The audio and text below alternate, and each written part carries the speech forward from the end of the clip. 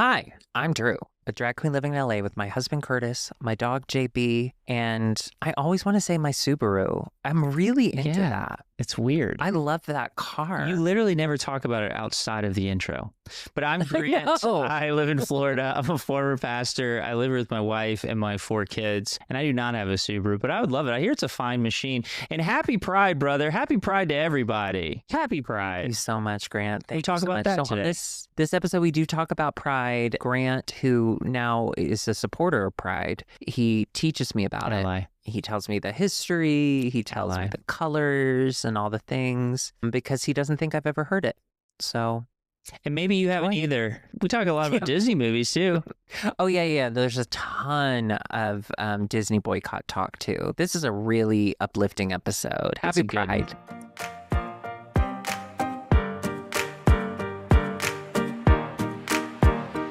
Hi, I'm Drew. I'm Nick. And I'm Grant, and I'm not, but I'm happy that you are. Happy Pride Month, brother. When this drops, it'll be Pride Month. My gosh, thank you so much. Is that how you say it? So is that the greeting? Happy Pride, Happy Pride Day, Happy Gayness. We love Happy Pride. It's classic. It's classic. Why mess with a classic? Right. If you are gay, we prefer Happy Rainbow Faggot. So, but you can't say that. Can I give it a shot? Say that. That's a safe space, right? Just you know what? Yeah. No, I want this on film. Do it. Oh, just kidding. I know the. Oh, you're not going to do it. Okay. Thank you so much. Pride Month is very meaningful. Can I be honest with you that when you said you wanted to talk about Pride Month, my first thought was how to end it. How do we stop it? Oh, I think we're almost there. I think they're working on it. That's actually really impressed. No, I was thinking about when you were in church, when you were religion and whole family religion. Yep. I used to say, oh God, I guess we're starting on a dark note, but that's okay.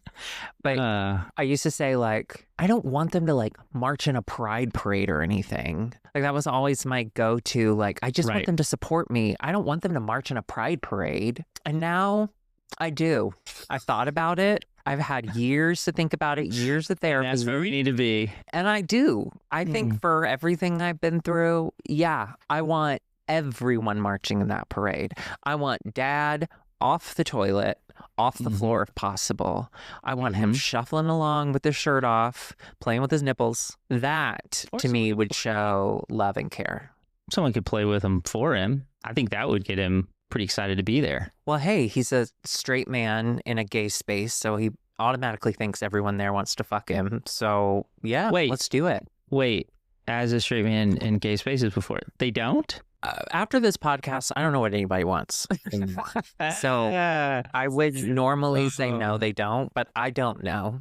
I honestly don't know. So Paula pulled that clip of you having the mental breakdown about people criticizing the way you look or not finding you attractive or whatever it was. Oh, sure. It wasn't a breakdown. Did you send that to her, or did she just pick up on it? Was she just like, she picked it? She picked it. She absolutely picked it on her own. I would not have sent that to her. She's so good. She's so good at what she does. Drew, speaking of gay icons, Paula's one of them, but she's a gay icon. Have you watched Pee-wee as himself yet? No, but I want to. I love Paul Reubens. It's one of those things of like, have you ever like you've ever like discovered music by somebody and then you check it out and like the artist is dead now, or they sell insurance, they don't make music anymore, one of the two, and you just you got that melancholy. That's kind of how I feel about after watching that. Was I don't think I understood his brilliance, and then I'm watching it and immediately he just draws you in, and I think he's hysterical. And he's gone now. And so he secretly died of cancer, which listen, the best part about having cancer is talking about your cancer.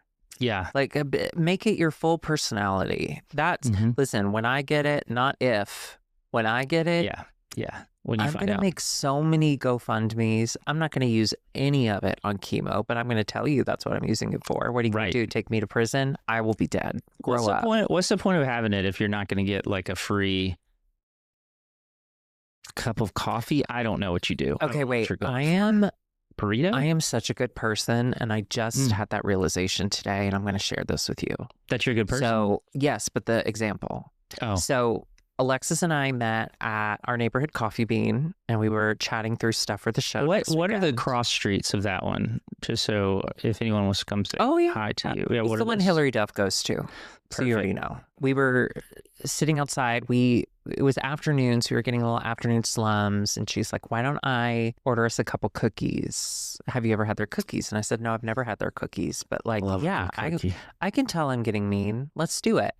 So we ordered 2 cookies. Well, do you really think that was her motivation? Do you really think she was like, this hurts my feelings more than normal? I should feed her and be safe. She wasn't going to come at all. And I was like, hey, I'm just letting you know, I'm going to run to Coffee Bean, our neighborhood Coffee Bean, because I ran out of Adderall and I can't work at home. So I'm going to work at this bean. And she came, and then she was like, you know what? I'm so close, like, to you. I'll walk over in about 30 minutes and like we can chat. And I was like, great. It takes her 30 minutes to walk over? Yeah. Listen, her health is not what it used to be. Alexis. Yeah. No, so she came over like after I'd been there for a little bit, and I was reading her all of the things that I had done, like while I was waiting on her to walk down that huge hill. And she's immediately interjecting with like, well, what about if we do this instead? And I was like, yeah, I like that. And then she's like, do you want a cookie? And I was like, you're right. I need anyway. So ordered cookie. She went to go get it. She came back out and she goes, yeah, so they said that someone took them, that like they heated them up like we'd asked, and they put them on the counter. But if they're not there anymore, it means someone just took them. Okay. So, but those were their last cookies. So we're going to heat up some old chocolate muffins as like a oopsie. Oh, I know. Ugh. So she comes out to tell me this. Well, she comes out to tell me this, and I was like, and she's got chocolate on her lips. Like, well, there were only clearly eaten both cookies. But late afternoon coffee shop, right? Like, it's not busy. There are 3 tables, us being one of the 3. And I was like, could it have been one of these 2 tables? Should we look at their table? Yeah.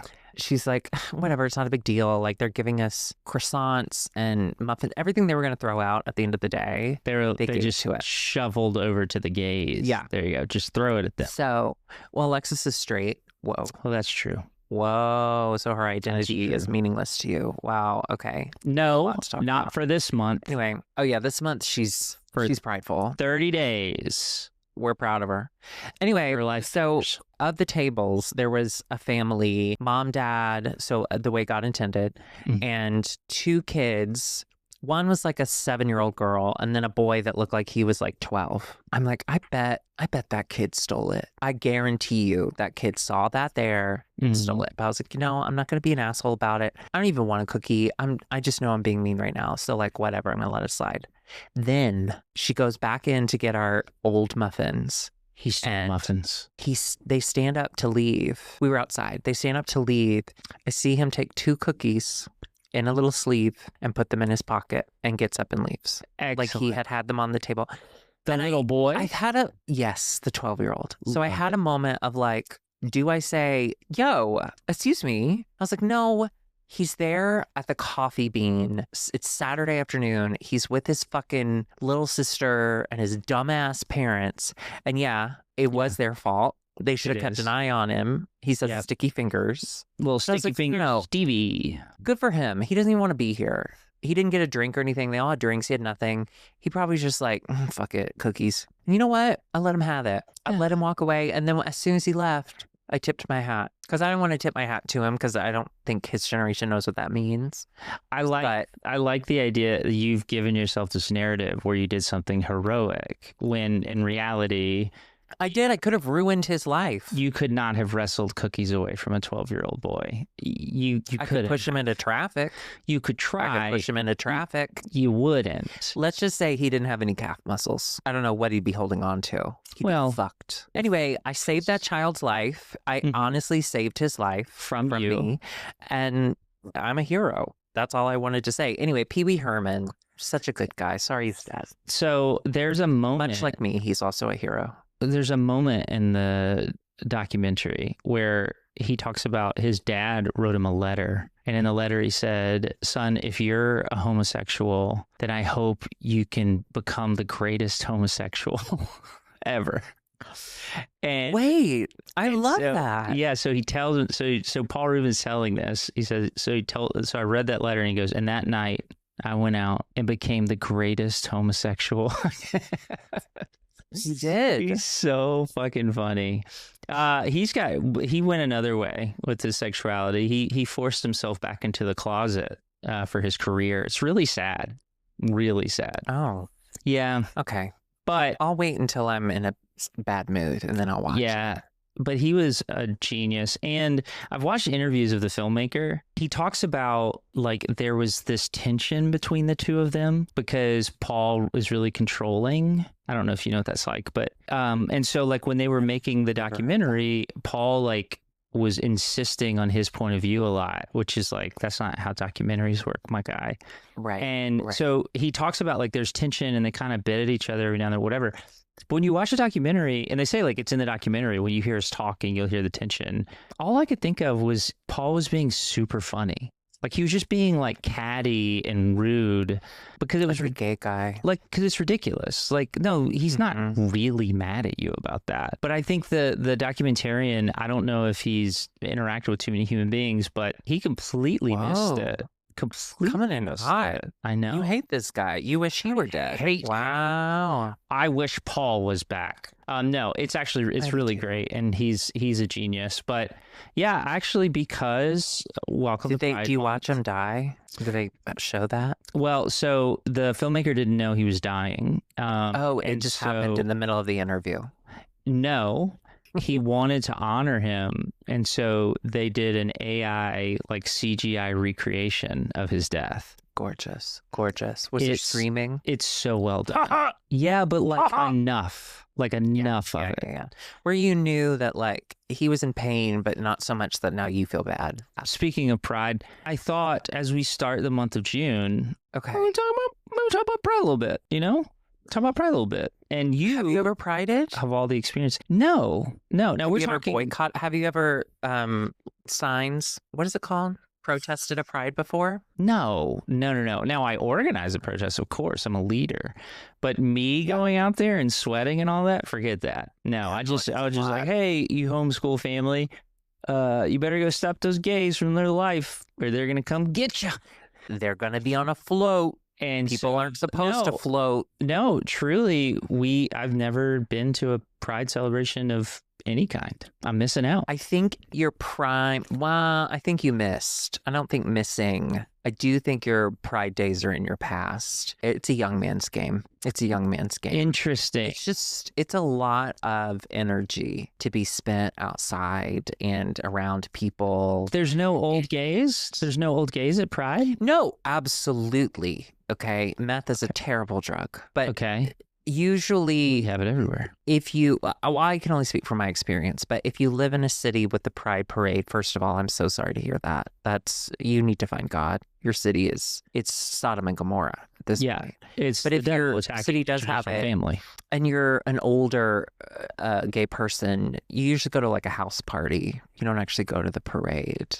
But I think you could go, Grant, if you took an extra Adderall. I think you'd be fine. Interesting. And poppers. You're welcome. Well, there will be plenty of poppers there. You won't have to bring your own. Perfect. When you think about all of the Pride events you've been to, I mean, you hosted Rainbows. Some big Pride events. Are you calling it rainbows? Are you being funny, or is that what it's called? Is that a thing? No, I'm being hilarious. Sorry. You and your gay humor. Month. I'm just always funny. You've hosted a ton. You've been involved with a lot. So do you have any like top of mind Pride memories popping in? As soon as we say Pride, you're like, oh, I remember Derek. Sweat. I don't know. I remember Sweat. I will say that one of my top 5. Okay. Sure. For everyone keeping one of my top 5 in drag gig moments that I remember fondly is doing the Pride Parade with Bar Redacted, because they always had a huge float. I always got to be at the top of it, and for 2 hours or however long it takes to get down the parade route, I think it is something like that. It's like an hour and a half to 2 hours. Mm-hmm. You're just slowly making your way down these crowded streets. And like I think the first one I ever did, it broke a record for like the most attended Pride Parade ever in Chicago's history. Jeez. So you're just because of you take credit for that, right? Because of me, yeah. Okay. Because my drag in the dark at those times was scary, but this was going to be in daylight. And I think people just were like, I wonder what that's going to look like. Yeah. Frankenstein's coming out soon, by the way. Netflix. What did you do? What? Frankenstein. It doesn't. You're a monster. That's all I was saying. Sorry, continue. Oh, thank you. You know, Frankenstein's the name of the doctor. Yeah, Frankenstein's monster. The movie is called Frankenstein, but go ahead, continue. But for like an hour and a half to 2 hours, maybe it's only an hour. I think it's an hour and a half. It doesn't matter. The entire time, people are screaming at you like you're somebody, and you're not. You're just a fucking drag queen on a float. Seems pretty good. You're just the whole way down. You're just constantly making eye contact with people. And the minute like you make eye contact with someone and you wave directly at them, they lose their fucking minds. And especially like the first parade I did, I really was nobody. Yeah. And so no one knew who I was. So that felt great because it was like insta celebrity. But yeah, Pride parades, being on a float, highly recommend. 10 out of 10. Except for the year that it thunderstormed, and that sucked. That was 0 out of 10. What happens around the parade? Are drugs? Does everyone dissipate from the parade route and find a bar? Everyone goes to bars, yes. But the parade route is along the gay bar route. At least the Chicago one is. So everyone just kind of files into bars. Mainly, it's just, I got to be honest, Grant, it's just clusterfuck. Because the street has to stay shut down until all of the floats get through, and it's a very long parade.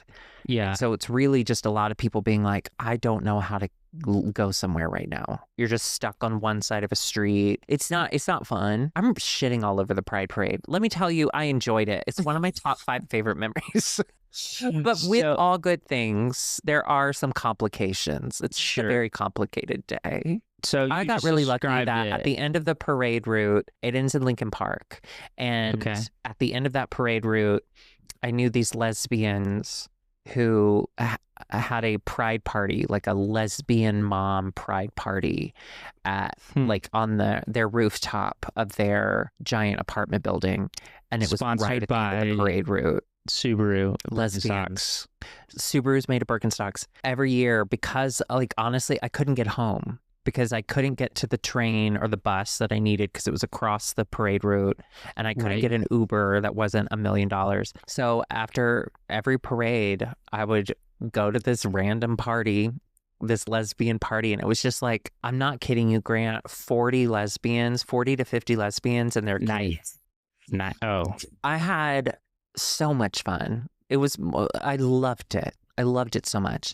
Anyway, I always remember Pride as exhausting, but worth it.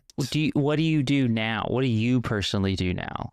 Like, so LA is obviously one of the big Pride cities. So it's this weekend. Yeah, it's happening right now. So are you going to go to anything? Are you going to go to a bar? Are you going to do anything? No, I'm not. No, we have our show next week, and I haven't heard of it. And we also we are booked for 2 like Pride events this week, so I'm just gonna do those. We're doing Love It or Leave It, the podcast, their Pride episode. I know. I'm so excited for you. I love It or Leave It. I love it. I have never listened to it, but I'm aware of it, and I did watch the one episode of Survivor that he was on. Yes, he was on it one time. Yeah, and that's funny. He used to be with Ronan Farrow, and that's cool. So I knew that. But I'm really excited because we're going to be with Clea Duvall, who I never met, and Paula is so horny and so excited. Who is and I'm Googling. Did you ever see that movie, But I'm a Cheerleader, with oh my God, I almost said Natasha Lyonne. No, I know who this is now. I went to go see that in the movie in the cemetery, the Hollywood Forever Cemetery, and Clea Duvall was there, but I've never talked to her. So I'm excited to talk to her. Excited to see Joel Kim Booster, Adam Rippon, the Olympic figure skater. Oh yeah, Rippon. I'm just really excited. I love working at Dynasty, and I'm really excited because apparently we got asked to do this because he's a fan. Like John Lovett listens to us. That's amazing. Isn't that fun? I love John Lovett. I think that's super cool. I'm so excited. I've never been. I don't know a lot about politics, so I'm just gonna say whatever comes to mind. And yes, does whatever come to mind usually right lean? Absolutely. 100%. But so does a rainbow, if you really think about it. You know. No, I would really love it if Alexis shows up with just this unbelievable political knowledge. Like, she just never talked to you about it, but she loves politics, and she just starts dropping bombs of wisdom. What are the odds on that? You know what? Pride Month is about miracles. If a miracle's going to happen, it's going to happen during Pride Month. You know, we keep talking about June being Pride Month, and there's something that you said. June. Have you ever seen that Leslie Uggams clip? No. Okay. You know who Leslie Uggams is, though, right? If I say yes, will you just continue with the story? Yes. She is. She's still alive. Yeah, she is. She's our dad's age. She was like the first Black-led sitcom, female Black sitcom star. What was her sitcom? Oh, she's in Deadpool. And she's also really well known for Deadpool. Anyway, she's an incredible singer. And there was like I don't know if it was like a July 4th. No. Oh, it must have been Memorial Day-ish or something because it was leading into June. Kids, you don't know this, but before internet and before everyone had cable, like the regular channels like CBS, ABC, all the local channels, they would do these big holiday broadcasts. And so this was like in the, oh God, I want to say like late 80s, early 90s. I would bet like early 90s. Anyway, they were doing a live broadcast from Washington, D.C. Okay. And they introduce and up next, please welcome Leslie Uggams. Leslie Uggams is walking down an aisle, people seated in like white chairs, like they're at a wedding. And I think it's in front of like one of the memorials. What's the one that looks like a penis? Washington. I think it's in front of that one. Okay. Anyway, she is singing this song. Have you ever heard the song? June is busting out all over the Renadana. He's busting. Yeah. He is. So she's singing that. However, Grant, as she's making her way down the aisle towards the camera, the guy holding the cue cards with the lyrics, the grass is wet. He slips on the wet grass. He drops the cue cards. Oh, they're gone. Oh, Leslie. She's singing live. So she just starts making shit up. And she's like, June is busting out all over the insanity with the reason kind of going and the reason kind of doing. And like, she's not saying words. And then she just gives up. And so she ends the song by singing, it's June, June, June. She just freaks out. It's the best clip. You have to watch it. Okay, you have to watch it. Let's watch it right now. It's 1 minute long. June is busting out all over the meadow. She's so good. The busting out of bushes and the romping river riches, all the little wheels that will be. Oh no. June is busting out all over the and they hucking the bejesus out of all. They husking the bejesus. Because it's June. I love this.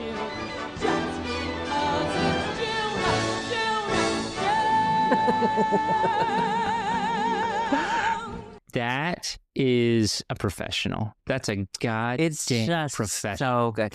It's June. So good. Sorry, what were we talking about? God, Pride? that was so good. My bad. And Drew, I wanted to learn more about Pride. I looked up some history of it. How did it start and all of these things? Every queer person knows the history of Pride, so you're preaching to the choir. So I'm sorry, this might be redundant for some people, but so Drew, before we jump into just a couple of the historical bullet points, if you will, you were saying something earlier before we started recording that I thought was interesting, because you were saying something about Juneteenth is also in June, but you don't think it should be recognized during our month. What did you mean by that? What did you mean by that? No, I just think it's interesting. I think it'd be an interesting thing to talk about. You're doing a Greg and Alex thing from Taskmaster. I know you are. I never, ever mentioned it. And he won't. You know what? He won't. On the day, he won't mention it. No. Juneteenth is a very important holiday, and we should also be celebrating that in this month. Jesus Christ, France. I'm trying to get some understanding. That's a lie, everyone. I'm trying to learn. So, Drew, of course, in 1969, you had the Stonewall riots. So the first Pride was a year later. It was like marking the riots in June of 1969. That makes so much sense. And so it was in New York. It was in Los Angeles. It was in Chicago. The three big gay ones. How was Judy Garland a part of Stonewall riot, Grant? It was the day she died. It was her funeral. Yes, it was her funeral. All the something faggots, around her death. All the faggots, they went to the gay bars to drink and talk about Judy because they were so sad because they'd just gone, because her funeral was in New York. And they went to Stonewall, and then the cops kept like raiding gay bars. And so they raided this one again because they're like, oh, well, Judy's dead, so we know the faggots. So we know where they are. They went to bust it up, and the gays were finally like, you know what? We're done. You know what? Enough. So without Judy Garland, I wouldn't be married to a man right now. That's what I'm saying. Some people say Marsha P. Johnson is the real hero, but Dad said the Judy? same thing. Are we thinking about what Judy did? Are we thinking about what Judy did? I think Dad has said that. Dad got me into Judy Garland. I'll have you know. Well, so he made some mistakes. So a year later was the first Pride March, but it wasn't called Pride. You know what it's called? Gay Liberation something? Very close. Christopher Street Liberation Day, which is what Stonewall was. Anyway, so obviously Pride continued. Have you ever been to Stonewall? No. On your honeymoon, you went to New York City because you were a white trash kid. Did you go to Christopher Street? We had a great time. New York's dope. To go to New York for your honeymoon? Yeah. What were we going to do? Where were we going to go lay out on some beach somewhere and like get sunburns? I don't think so. No, I wanted you to go to Estonia or something. Something Estonia. Cheap, but like it sounds fun. What's in Estonia? Stones. Name one famous person from Estonia. Estonia. Oh, famous. Easy. Gladys Knight. I'm literally looking at all their names. None of these people are real. AI made all of them up. Gina Davis also spent a summer in Estonia when she was building her cottage. You know, if I was in charge of Estonia's tourism bureau, which I'm assuming is just what their president does, I would start claiming that. I would say famous people have vacationed here and just start claiming them, like give them citizenship. Well, they film stuff in Estonia, right? Because of the tax laws. breaks. I have no idea. But okay, keep going. So Pride continued to grow, okay? And then in 1999, we had the first official U.S. recognition of it, the Gay and Lesbian Pride Month, declared by... Say that again. I'm sorry. I was reading about Estonia. It's a very LGBT-friendly country. Oh.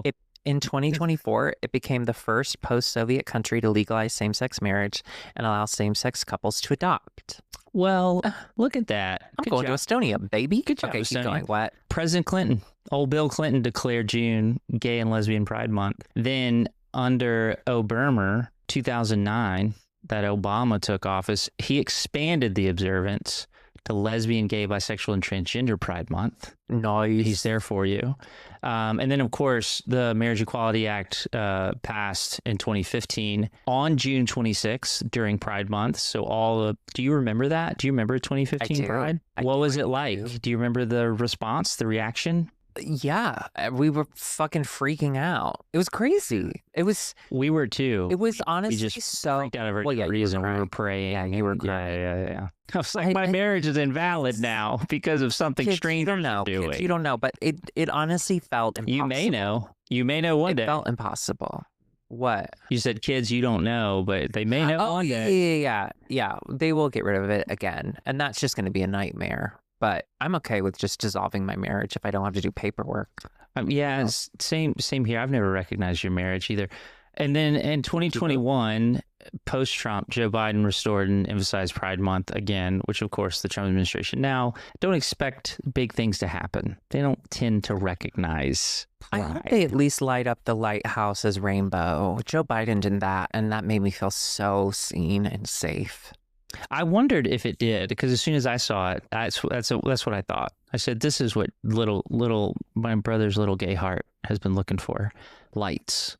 And my gay penis. Because the columns. Oh, you do have ridges. So, Drew, what do you think? I looked up the Christians' response to Pride, like famous evangelical Christians and what they've said about Pride. Well, 9/11. 9/11 is because of Pride. Well, yeah. 9/11 is because of gay. Of course. But so that's a big one.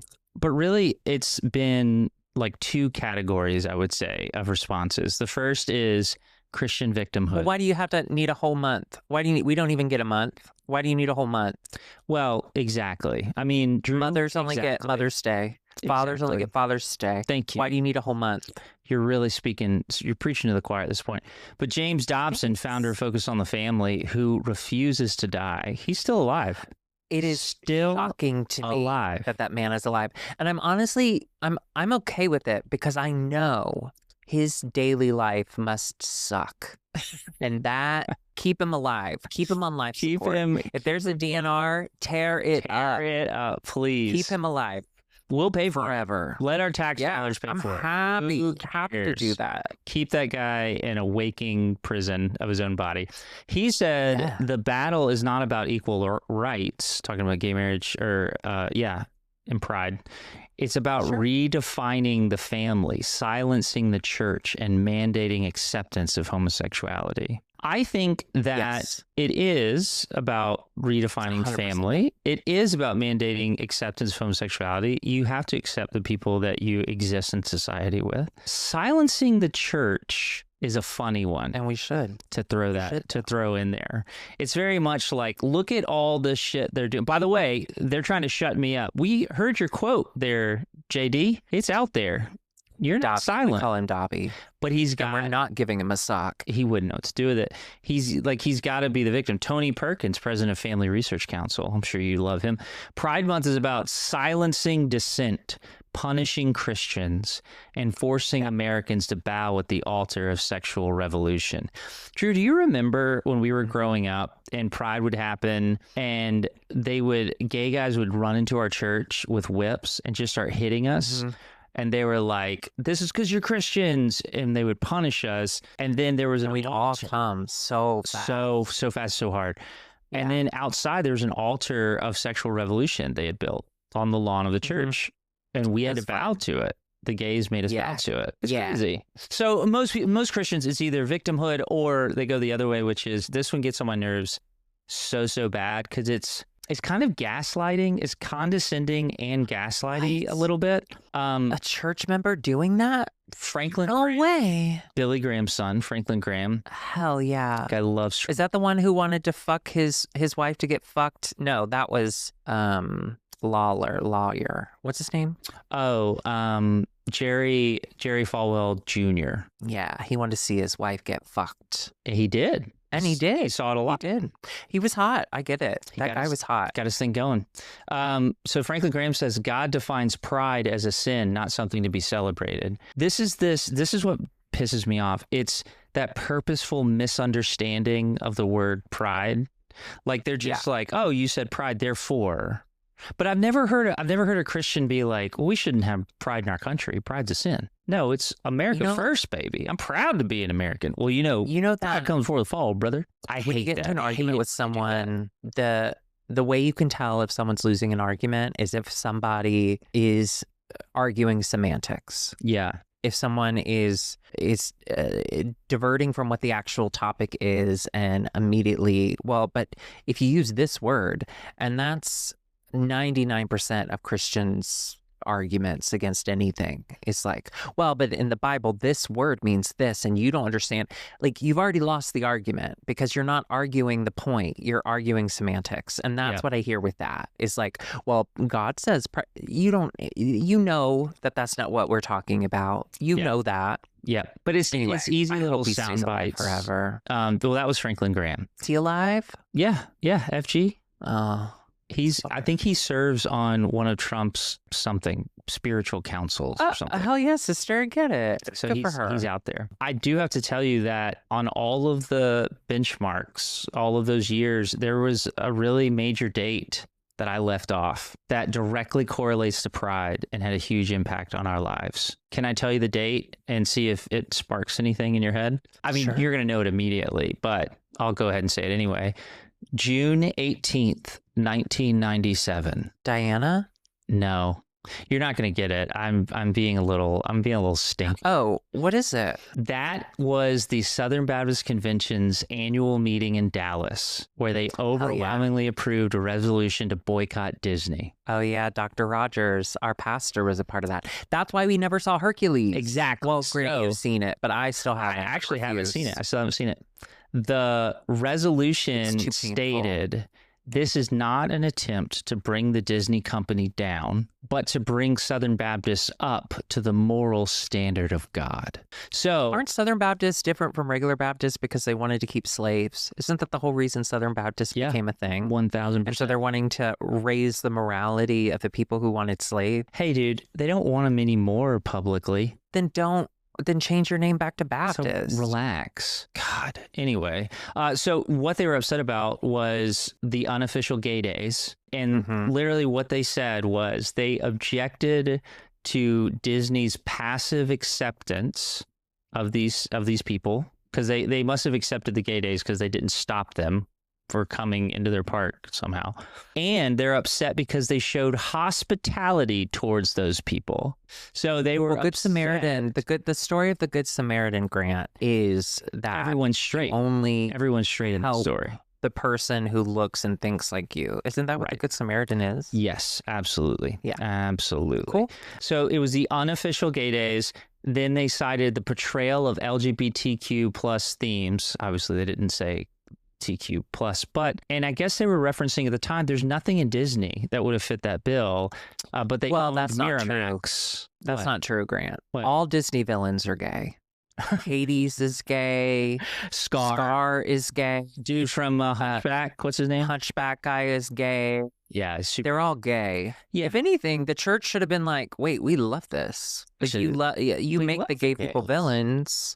Let's keep making them villains, baby." But 2 months before this, Ellen DeGeneres came out on her show. Like, her character came out, and then she publicly came out. Grant, on ABC. You're gonna fucking die when you hear this. Okay, I'm ready. She's not on TV anymore. I know. Turns out she was kind of mean. Dad was right. She really was a degenerate. She really was. How many kids have stolen her cookies? I think this is one of the most sinister things. They were upset that Disney was extending health benefits to same-sex partners. It's disgusting. It's gross. They were upset that Disney was willing to extend health care to people that needed it because gay. But they didn't earn it. You gotta pull yourself up by your bootstraps or your butt plugs. It's not taking our tax dollars to pay for their insurance. Like, they're taking Disney our fun money. It's money that we gave them, though. That's a good point. Using our straight money to get these gays to have ears. What's happening? Gives us little Mickey ears. Look at the ears. That is bananas to me. Did you know that boycott did officially end at some point? Did you know that? I just assumed we all forgot about it. I did too. I think they did too. And someone brought it up. And in 2005, they officially voted to end the 8-year boycott. So in 2005, in Nashville, in June, but they didn't get anything they wanted. Hang on. This is what they said. So Gene Mims was his name. You know Gino Mims, right? G-Mim? Mims. That's so cute. He was the chairman of the SBC committee, and this is what he said.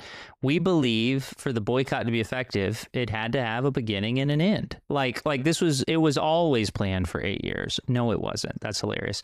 Here are the 4 major resolutions they said. This is what they think they've accomplished and what they want to continue to accomplish. The first one, they resolved that the messengers to the Southern Baptist Convention meeting declare a conclusion of our boycott of the Walt Disney World Company. Okay, so that's one.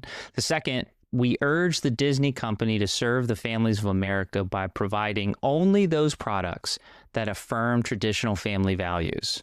So on the way out, like after they've ended their dumb boycott. They're like, by the way, Disney, fucking make it affirm what we believe and nothing else. Then they said, we pledge to continue to monitor the products and policies of the Disney company. The fuck do they care? They don't give a rat's ass what you do. Also, that we urge, the final one, that we urge Southern Baptists to practice continued discernment regarding all entertainment products from all sources. Just keep your head on a swivel, because those gays are going to sneak in at any point. In that 8-year period, Disney increased their revenue by 45%. It was something like $10 billion or something.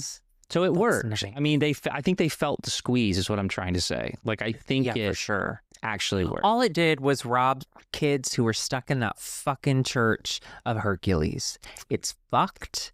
It was, it could have been huge in our house. Hercules could have been huge. Could have been huge, but it wasn't. Fucking and bitch. Drew, I actually looked up the major animated releases from Disney in that 8-year run, and I'm going to give you a hint. I want to see if you can tell me which ones they were. These were ones that we should have been say that boycotting. again. Wait, what? During that 8-year boycott, Disney released 8 major, not 8. They released more than 8.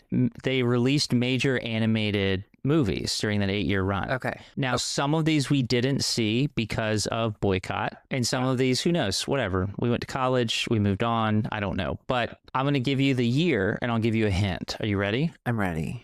1997, Daddy Issues.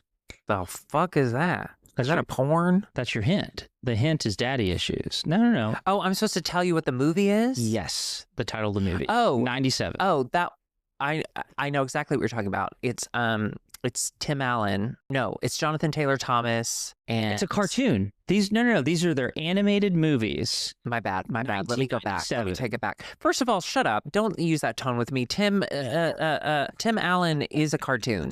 So fuck off. He's he Buzz is Lightyear. now. Okay, Daddy Issues 1997. Hercules. Nailed it. Hercules. Well done. Well, we already said that. Okay. Yeah, we're going through it. What about in Okay. 1998, Drag King? Lion King 2? Drew, we didn't see this one either. We didn't see it. It was major. Drag King. Give me another hint. Give me another one. Give me a better hint. Donny Osmond. Mulan? Yeah. We saw Mulan. No, I never saw Mulan. Yes, we did. I didn't see Mulan. Mulan was big for me for childhood. Yeah, Grant, we were over the boycott by then. When was that? 98? That was 98. Our parents never stuck with anything. That's clear. And the boycott, they wanted us to have TV and stuff, and they just didn't want to interact with us. Good point. And so by the time Mulan came out, hell yeah, brother. Okay. I Mulan'd hard. So there's Mulan. Let's get down to business. All right. 99. Do you know 99? Phil Collins. Oh, Tarzan. Tarzan. Exactly. We were too old for that. I think I stopped. I think all of the rest of ones, that's what happened, is we were just too old. Yeah, we just got too old. The year 2000, they remade a really boring movie that we used to watch in gym class at Dogwood Elementary. Like when they would do movie days, they would always play this one because there wasn't a lot of like dialogue and shit, and so it would be like loud. Oh, in there. Fantasia. You got it. Fantasia 2000 came out in the year 2000.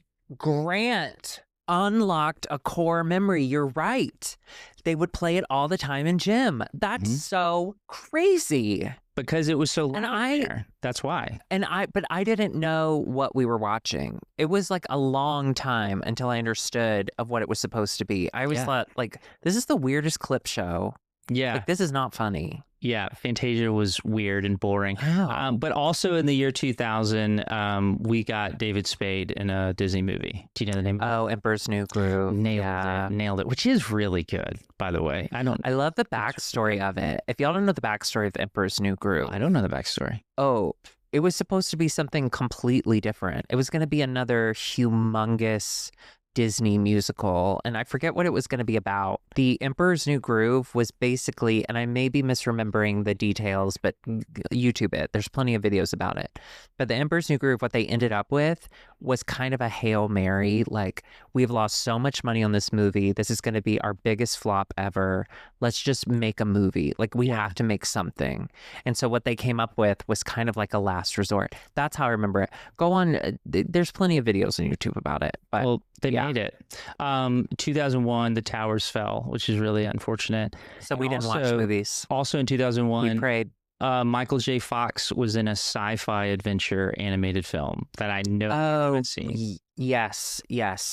But he wears big glasses. He has blonde hair with the middle part and wears big Atlantis. You got it. Atlantis, A Lost Empire. Well done.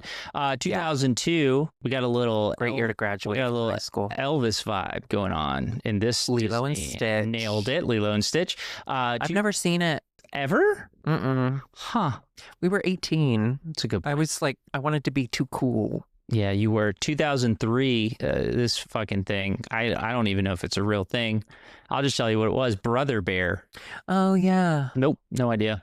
I got a Happy Meal toy with that. 2004, getting even worse. This is a Whoopi Goldberg-led cast. They were cows. Don't say that. They were cows. Oh, no, it's a Roseanne-led cast.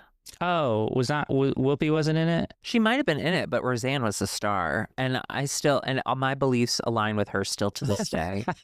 I would say even I haven't more checked so. with her in about 10 years. And the name of that movie, do you know? Open Pasture. So close. Home on the Range. Close. Last one. You ready? 2005. Yeah. This is Disney's first fully computer animated feature without Pixar.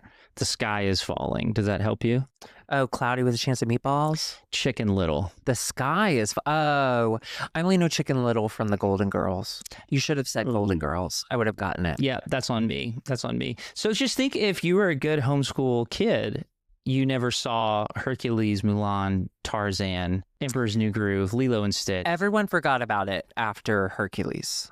I think so. And I think it's funny that in 2005 somebody was like, "Oh shit, did we ever stop that? We stopped that boycott?" I've been to Disney now 6 times since we started the boycott. So wait, that was in 97. Yeah. In 96 was the last time we went to Disney with our dad. Mm-hmm.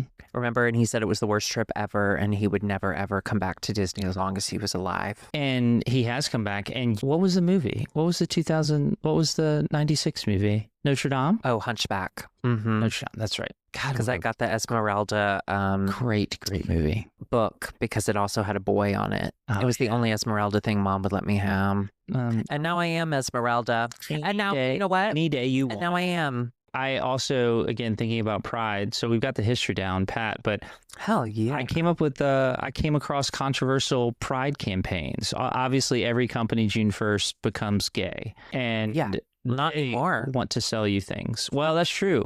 That's true. I did look up on Target. They do have a Pride line, which I think is kind of funny. I doubt it'll be in stores, though. Remember they took it out of the stores last year because Christians were losing their mind? Yep. But I've come across some of the more controversial ones. I'm going to pop them up for everyone, but I'm going to pop them up for you right now. But we're not going to Target anymore, listeners. So it doesn't matter if they have it. No one does that. Do you understand, listeners? We're a Costco family. Hell yeah, brother. Did you see this? This is Chipotle in 2015. Did you see this? I love it. No, but I'm obsessed. Homo está. Chipotle. Homo está. Real bad.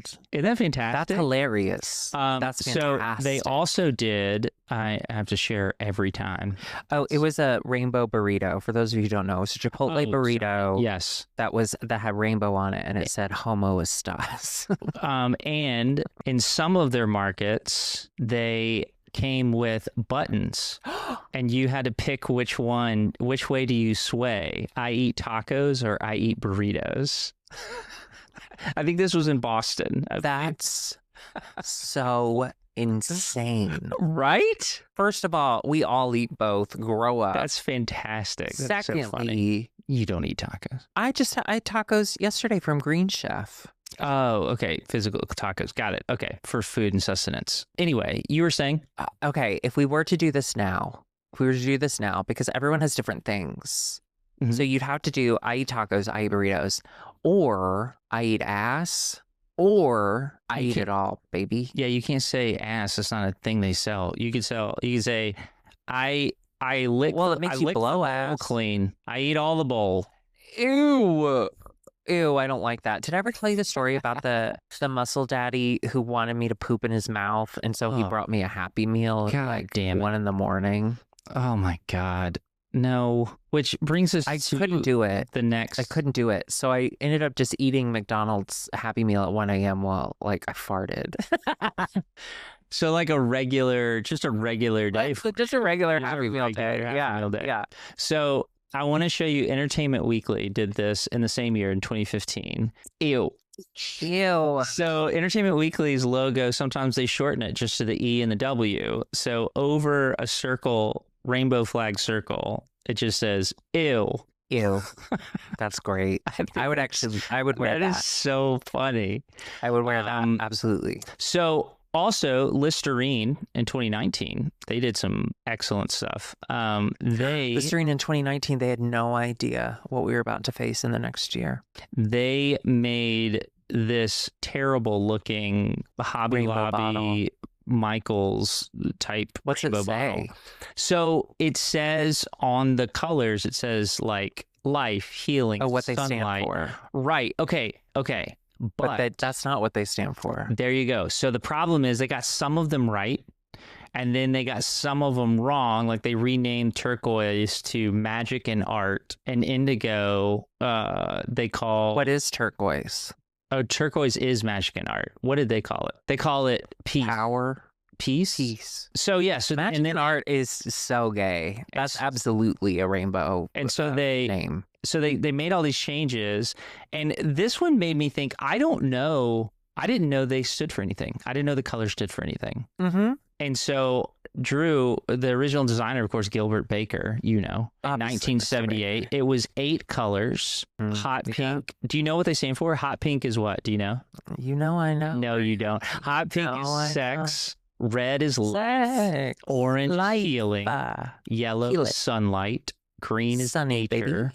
Turquoise is magic or art. Indigo is serenity and harmony. And violet is spirit.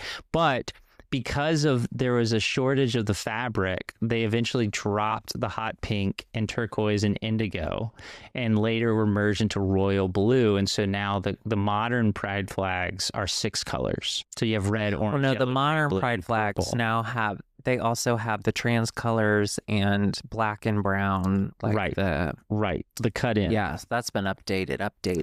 The cut in. But I'm saying the colors, the original colors, now they're down to 6. I didn't know any of that. Yeah. I didn't know that. But there's been some other honorable mentions. Bud Light in 2021 had posters of a rainbow Bud Light, and then it said LGBTQ, let's grab beers tonight, queens. I love it.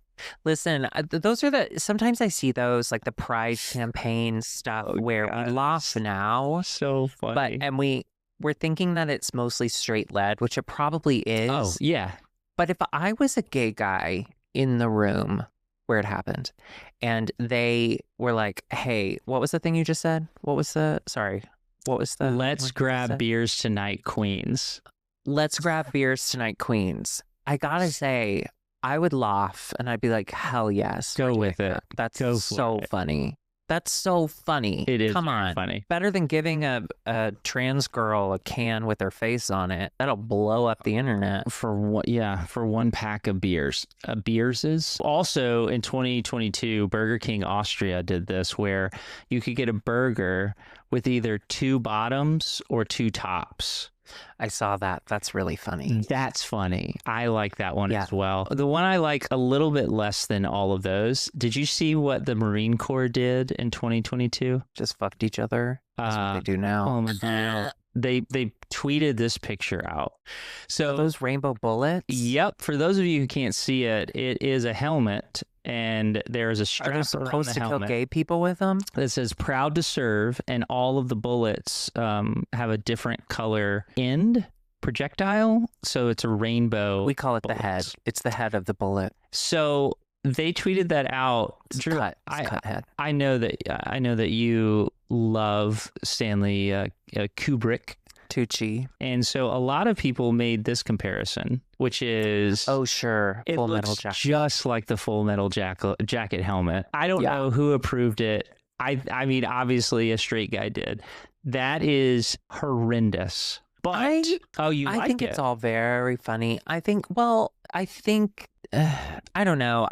Before when we could like Target, when they first came out with their Pride collection, there was a lot of positive response to it. Mm-hmm. And because Target at that moment in time was like standing on business, and they were like, well, fuck you, we're doing it. Like, I think they had like made a big statement about how like we celebrate all of our customers, whatever bullshit. I know a lot of people were like, oh, well, that's just rainbow marketing and they're just using us and whatever. And my feeling of all of this is, if a gay kid in a small town can go to their neighborhood Walmart or Target, like they drive an hour once a weekend, they get to go to Target with their family and they see a rainbow section. I don't care that it's rainbow marketing. I think it's silly at times, as we're seeing, but I'm also like, I know as a kid, if I saw that there were people living out loud and proud to the point that even my like neighborhood store had like a section. Yeah. I know that would have meant a lot to me. Yeah. It really would have. Or disgusted me. I don't know. I was going through a lot. Basically, what I'm taking from this is that your boycott of Target's over. You're back. Yeah, just for Pride Month. Just for Pride Month. You're back. No, their response to everything last year was really gross. And then when the DEI stuff happened, I was like, okay, I know who Target is. My bad. Yeah. Yeah. Target was the Walmart all along. If you think about it. Anyway, but yeah, like it's all silly, but I'm also like, yeah, I appreciate that. First of all, there's one more thing for us gay people to like make fun of. We love doing that. You guys really do. And also just, I think it is really kind and really sweet when allies, straight allies, when allies buy that shit. Like I think it's so nice that someone's like, I am an ally. And you know what? I'm happy it's Pride Month.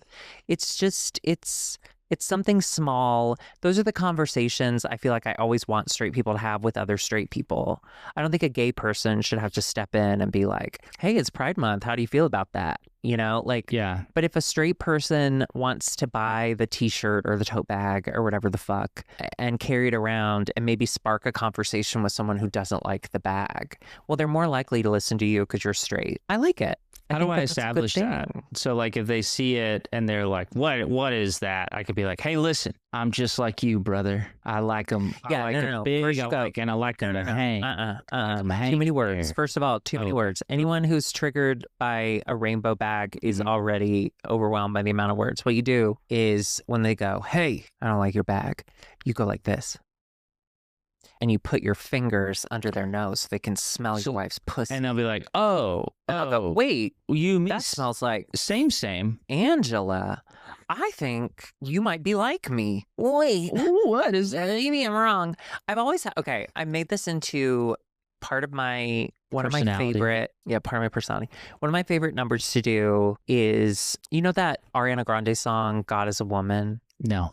Okay, there's a song called God is a Woman. It was like by Ariana Grande. By Ariana, yeah, that one. What did I say? That's what you said first. It. Yeah. My bad. Yeah, sorry. I do this thing where I do a mashup of songs, and basically I'm saying Jesus is gay. So instead of woman, I sing God is a faggot and stuff like that because it's funny. That's funny. Yeah, good one. I do Jesus take the wheel, but instead I say Jesus take this cock. That's funny. Yeah. Anyway, this is gonna be. But my opening to that is always like, okay, listen, straight people, Christians want the rainbow back. The rainbow was a gift from God that said, sorry, I drowned everyone you know and love. Sorry about that. I promise I won't drown y'all again. I swear to myself. I swear to me, I'm not going to do it. So here's a rainbow. Swear. What do you think? And okay, fine. You know what? I'm okay with that. If y'all want to take it back, and I'm talking to you, Grant, because you represent Christianity to me. Thank you. If y'all want to take it back, you could absolutely have it back, because I will admit, we did take it and we made it a little tacky and we put it on things it shouldn't be on. And that's fine. So like maybe we don't need the rainbow. But if they want the rainbow back, we get Jesus. You have to admit that Jesus was a little gay. Be a fair trade. He hung out with 12 dudes. Yep. Nothing but dudes. They were all super into him. He never had sex, even though his best friend was a whore, Mary Magdalene. I know she's not. I know that was a later interpretation. But it is really funny that it persists funny. to this day. That's kind of funny. But it's funny. His best friend was a female whore, and he never came inside of her mouth or her vagina or anything like that. Okay, sure. I'd say, right. Yeah, right. Like, just admit that he's a little gay. You don't have to say that he's gay. You just admit that he's a little gay, okay? When he carried his cross, he couldn't do it. He needed help. He couldn't do it because he was a fag. He was like, oh, it's so heavy. And someone else had to do it. When he got beat, when they were whipping him with the whips, he came twice. He said, thank you, Daddy. I'm just saying, he's a little gay. He did call out for Daddy on the cross. So there's a couple of those moments. Daddy. Drew, I have one more I wanted to show you, one more promotion. And it comes from, I think, probably the leader. When you think about corporations that are there for gay people, you have to think of this company, which of course is NASCAR. And NASCAR, a few years ago, you know what I'm about to say. Yes, I do. They released their merch. And Drew, loved. It was one word that they released all their merch with. Do you remember what the word was? I don't. It's a play on their name. Here it is. NASCAR. YASCAR. Okay. First of all, yes, I agree. Yes to this. But if I remember correctly, and I often don't, but didn't they got a bunch of pushback from their fans, and then they pushed back and said, fuck you. Like, NASCAR was like, I don't give a fuck what you say. Like, That's I awesome. remember them being like very, I don't give a fuck that our audience hates this. Like, fuck you. Can you still buy YASCAR stuff? Yes, you can. You mean Yas? Yas. Yeah, I'm on the NASCAR store. Yeah, it's $25. Ships free with their code GAS29. That's a hilarious I shirt. have to get that. Yeah. You know what? I am going to get that one. I am going to get that one. I need that. My kid's favorite Pride promotion was the Skittles with no color. They to this day call it the gay Skittles, and they're always asking me when the gay Skittles are coming back. They love Now, them. remind me what the reason was. So they would say that the only rainbow that mattered in the month of Was June the Pride Rainbow. was the Pride Rainbow. So they didn't want to compete with the Pride Rainbow because it didn't matter. And my kids love them. And yeah, they call them the gay Skittles, and they keep asking when the gay Skittles are coming back. Well, I mean, anytime, like, I remember when M&M's got the blue M&M. Like, anytime one of your favorite candies changes color, doesn't matter what it is, you're like, oh my God, I have to eat it. It didn't change the flavor. No, it doesn't. I mean, it's literally the same. It's just gray, which I don't know if you know this. Us straights love a good gray. Love a good gray. Well, because you don't, I don't know if you don't think in black and whites. Okay, you think in grays. I don't know if you've seen that. Grant, we both have a ton of gray hair. Yeah. We're twins. Yeah, it's like the Christmas village down there for me. But Drew, I wanted to get to voicemails. We've been so good. We've done so many good voicemails. And wow. For like 2 weeks in a row, we've done voicemails. It's been real good. In the realm of Pride Month, what I'd really love is for people to call us and tell us your Pride stories. I would love to play them on future episodes this month. I think that would be great. So call us at 940-277-8946 or 940-ASK-TWIN and leave us a voicemail. We want to hear those stories. Some people did. Country code 1. We're number 1. Thank you. Someone did call in and tell their Pride story, their first Pride story. They didn't leave their name. Gross?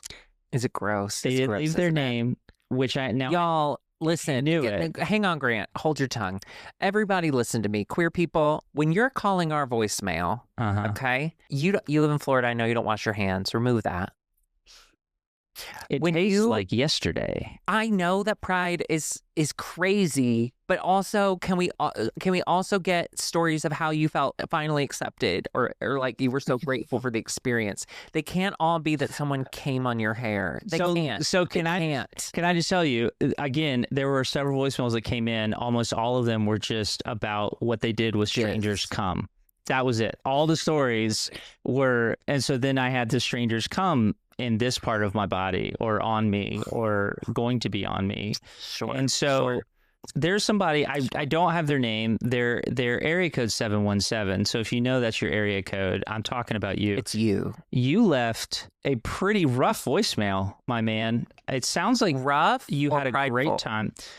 Both. He got it. He done got it. Okay. And I heard all of it. And so I don't know what to do with that, but I have that in my brain now. But we did get a very sweet voicemail from Lily. And so I want to share that one with you. Hi, my name's Lily. I love your guys' podcast so much.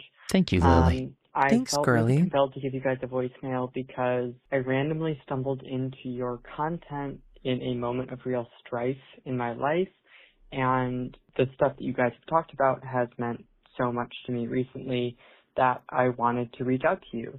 I am a trans woman who's recently gone through a lot of difficulties, and listening to Grant talk about his experiences being, kind of ostracized from a community, combined with Drew's experience of being a queer person who feels really ostracized, I wanted to ask you, what kind of actionable real-life work does it take, or do you need, in order to kind of restore that self-worth within yourself? I grew up Catholic, and so I've got the guilt TM, but, I've lost my faith over time, but I still find myself, putting God's voice and punishing myself. And from people who have gone through so much more dramatic strife than I have, I would love to get some wisdom about how to regain that self-worth in a way that isn't, flailing or apathetic. Thank you. I love you guys both so much. You mean so much to me, and I'm sure you know this, but everything you guys do is so helpful to a lot more people than you might realize. Thank you.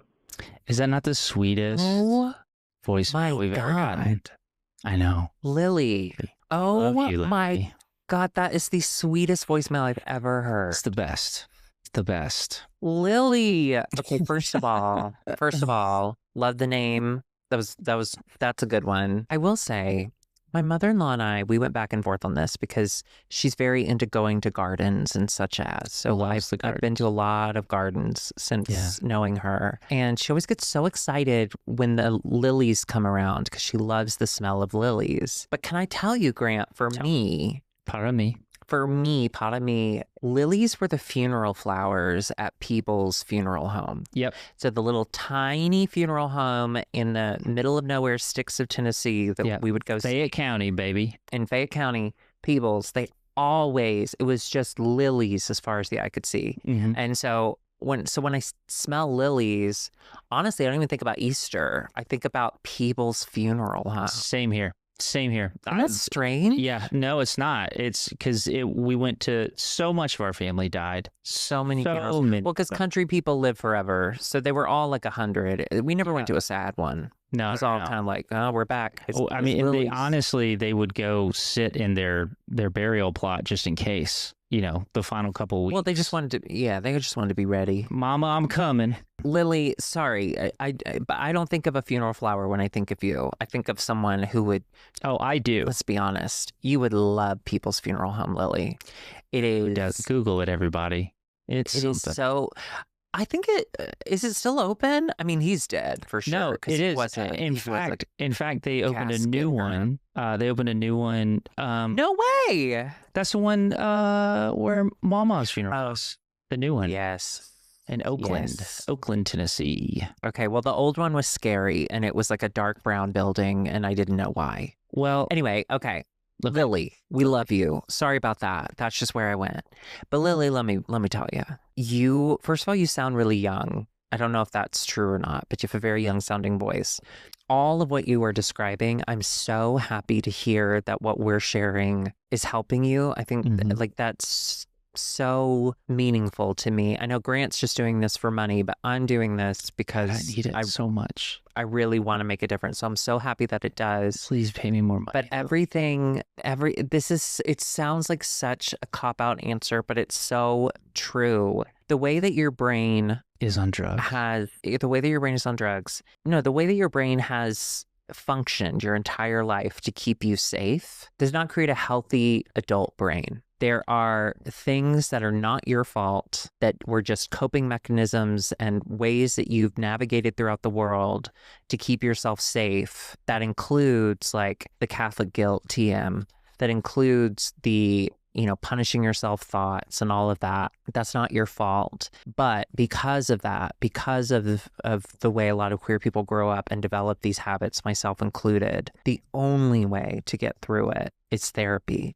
I mean, and I hate that. I hate that that's the answer, because that feels like that's the answer to everything, but especially for this particular issue. And I worked through something very similar. Your brain doesn't have the ability at this point to think outside of those harmful actions.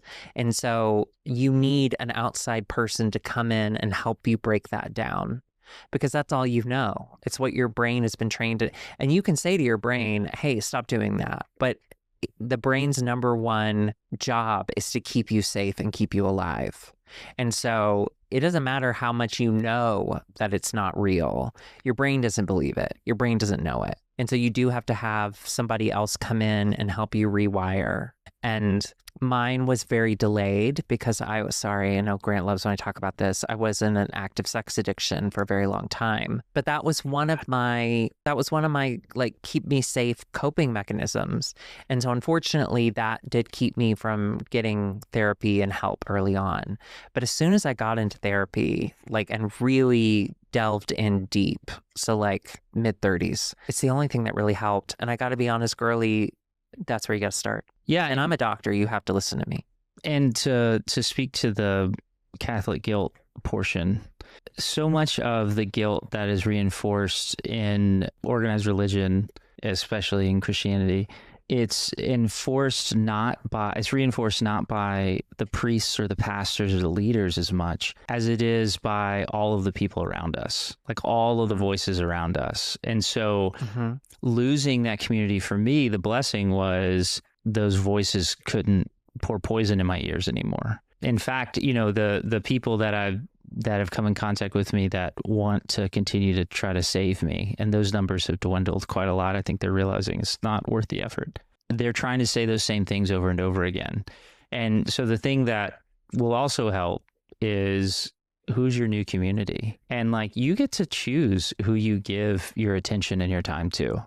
And so do you want to give your attention and time to people who are trying to reinforce an idea that the way that you feel is most true for you to live your life is wrong? Do you want to give them more airtime, or do you want to find people who will reinforce your truth and will reinforce what brings you peace and what makes you feel like the whole version of yourself? And so I would say, finding that new community. And I mean, it's been true for my wife and I. It wasn't easy to go from, I really believe that there's this God up there who really cares positively and negatively about everything I say and do, to go, oh, he's not there anymore. It's all fine. It's all good.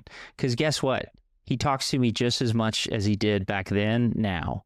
I can see him just as much now as I did then. Do you get what I'm saying? And so that's not a switch that's easily flipped. But again, the people who reinforce those beliefs and those thoughts that are negative about yourself, they were the people in the church around you. It's the people telling the stories of how they overcame that thing that is in your life. Or it's the people who are continuing to champion this traditional family values. And this is what you're supposed to look like. Don't give them that time anymore. And I know you're not, but who are you giving time to? Protect yourself for sure. You don't owe them shit. It feels easier to say, don't let the Christian, the Catholic guilt, don't let those voices poison your ears anymore. It's easy to say because you can put up a clear boundary there where, if you're super religious, I don't think you're safe for me right now. I don't care what you're. Yeah, it's true. How you've, worked the scripture in your head to maybe someone is I'm a Christian, but I support. Well, but you're dealing with your own Christianity kind of unpacking. And so they're just not safe for you. And that's an easy boundary to put up. The harder boundary, I think, and the one that I think will make a larger impact on you personally is the negative thoughts about yourself, recognizing that you've created, or that your brain has created these cheat codes and stuff to kind of get you through the world and keep you safe, and it's not working for you anymore. It's not you realize it's not a healthy way to do it. It's not your fault. And you will believe it's your fault, and you will tell yourself it's your fault because it's all in your head. Well, it's my head though. Why, if I'm thinking this, it's my fault. If I think this way, it's my fault. No, it's not, babe. Lily, you are living now authentically as yourself, and the most important person in your life right now to you needs to be yourself. This process will be long. Twinnuendo. And Twinnuendo, obviously, this process will be long and difficult, but you need to show yourself the grace that no one else showed you. You need to give yourself grace that you may not feel you deserve, because you do. This will be a long process. There will be hills and valleys. You will, what is it called? Progression is not linear. So you will have moments where you're kind of stumbling back, or you will have difficult times. The most important thing I hope you remember is be nice to yourself. You need to be your biggest cheerleader, and you're worth it. And it's God, it's just, I feel like I'm telling Lily all the things I wish someone had told me, you know, but like truly, you have to be so nice to yourself. Take care of your teeth. Well, no, that was important. And I mean, recognize that like you're coming out of a system that celebrates when you tear yourself down. Like Amazing Grace, the song we sing that every Christian has sung a million times. It literally says that saved a wretch like me. Like we would stand up and sing like, oh yeah, I'm a wretch. I used to wear a hat that used to say it was a Christian company, and it had a skull on it and said righteous wretch. And the idea is the only thing that's good in me is what God has given me. And so you wore a jean jacket. You wore a jean jacket when you wore that hat. I'm wearing it right now. Jean jacket. You see the jean jacket? But I was a wretch. Like that was the idea. In fact, I remember I had that hat on when Angela and I went to Israel, and there was a local man there who read it, and he goes, I don't understand it. What does it mean? And so I was explaining, well, the only thing that's good is Jesus, whatever. And he's like, so you think you're a bad person? And I was like, I mean, yeah, I guess. Yeah. And then he's like, I don't get that. And like, but that's the system we were in. And Lily, that's the system that you were in, that you're coming out of. And so, I mean, Drew's right. It'll be a long road, but like, you'll get there. You'll get there. You will get there, and you will get there safely as long as you are your number one fan. And like Grant said, who's your community? Because there will be days where you can't be your biggest fan, and you're going to need it elsewhere. So find that community around you. I don't know where you live, Lily, but I know that there are a lot of resources in bigger cities, at least for the trans community, to find that community. And you do have this community. You do have online. You have the Twinnuendo. You have, and I'll give you Drew's. I'll send you Drew's number. And so if you need him at any day or night, you can call him for sure. You can, but just know that I never answer my phone, and that's 100% true. That is 100% true. So if you do need me, I won't be there for you, Lily. Well, I love you, Lily. We do love you. We love you. Thank you. Thank you for the voicemail. Also, real quick, thanks to our patrons. Thank you guys for supporting us and all that you do, changing our lives. Drew, the next weekend, the next episode we will be together. We're gonna do another in-person episode. And the live show will be happening. Oh yeah, the live show will also be happening. So that's exciting things. If y'all want to see Grant and Angela, they will be at IMHL Live. Grant's gonna be doing a few different things. I don't know, maybe comedy things that he's gonna attempt. I do have this. Are you nervous at all, Grant? If you suck, if you're not funny, 100%. So upset. 100%. I'm nervous. Are you really? I hope so. You should be. This is a big deal. I think that it's not. I think it couldn't be a friendlier audience. And as long as I talk shit about you. That's what you think. I don't think they'll care. They'll be so upset. I'm their hero. That's cool that you think that. Anyway, so thank you, everybody. This has been another Twinnuendo. Happy Pride. Happy Pride, everyone. Queers. And remember, Yaskar. Yas, Queen Car. Yas, Queen. Yas, car. Goodbye, everybody.